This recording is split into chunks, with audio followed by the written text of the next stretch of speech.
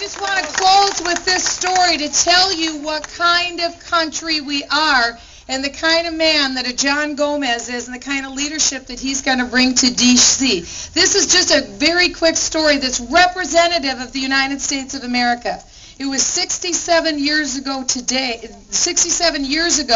February 3rd, that we celebrated an anniversary of a historic moment that really says who we are as a country. It was World War II. It was 1943. It was the height of World War II, and we had no idea if another madman would prevail. His name was Adolf Hitler. We had no idea. We had Tojo in the Pacific. We had Adolf Hitler in the European theater, and we had no idea what the outcome of this effort would be. And so many, many young GIs, my uncles among them, signed up to serve their country because they love our country. They signed up, they went into battle, and there was a ship that left in this northeast part of the United States called the Dorchester. It left, and on February 3rd, it was 150 miles west of Greenland. And they got a radio call that said that they thought they were spotting German U-2 subs in the area, or U-2 boats and German subs in the area. And so the captain told the young GIs, 18, 19-year-old guys, hey guys, wear your uniforms and your life jackets when you go to bed. You never know what can happen. Well, they're 18, they're 19. It was hot down there. There's 902 of them on the ship. They took their life jackets off. They went to bed. And about 1 o'clock in the morning, a periscope broke through the water.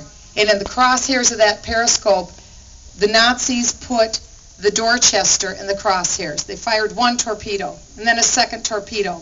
The second torpedo hit the flank of the Dorchester dead on, and it was, because scores of young GIs were killed instantly in the explosion. It was chaos. The radio went out. The power went out. It was pandemonium.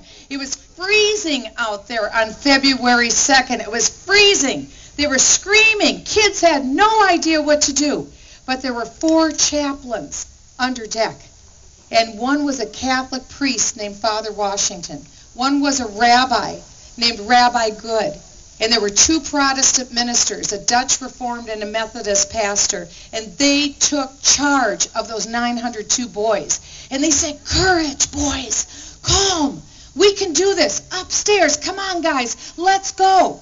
They were freezing, shaking in their skivvies. When I went up on deck where it was laden with ice because of the sea spray that had come on deck, most of them didn't have life jackets. The 4 chaplains found the storage chest on deck. They managed to get it open, and one by one they said, boys, come here. They handed out the life jackets. They literally strapped them on the shaking bodies of these young 18, 19-year-old guys.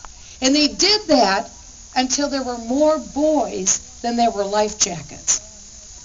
And so without saying a word, the 4 chaplains removed their own life jackets, took it off their body, and strapped it on the shaking body of a young, nearly naked GI.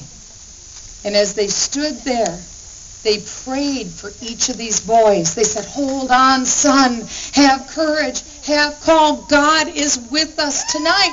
Hold on. God is with us. Hold on. And witnesses recorded that the 4 chaplains put their arms around each other as they held on to the railing of the sinking Dorchester. It took 20 minutes from the time the torpedo hit until the ship sunk in the ocean. 20 minutes. They held onto the railing, shouting prayers to the boys, shouting courage. I tell you that story on this hot, beautiful day in July to tell you that's the kind of people we are. That's the greatness. That's the greatness that we have descended from in this country. We dishonor the service and the sacrifice of men and women of greatness, those men and women who fought and died for us so that today we would be free. Without a veteran, we would never know freedom in this country. It is veterans that we owe our freedom to. John Gomez gets that. He loves veterans. He stands for veterans. veterans. He stands for our military.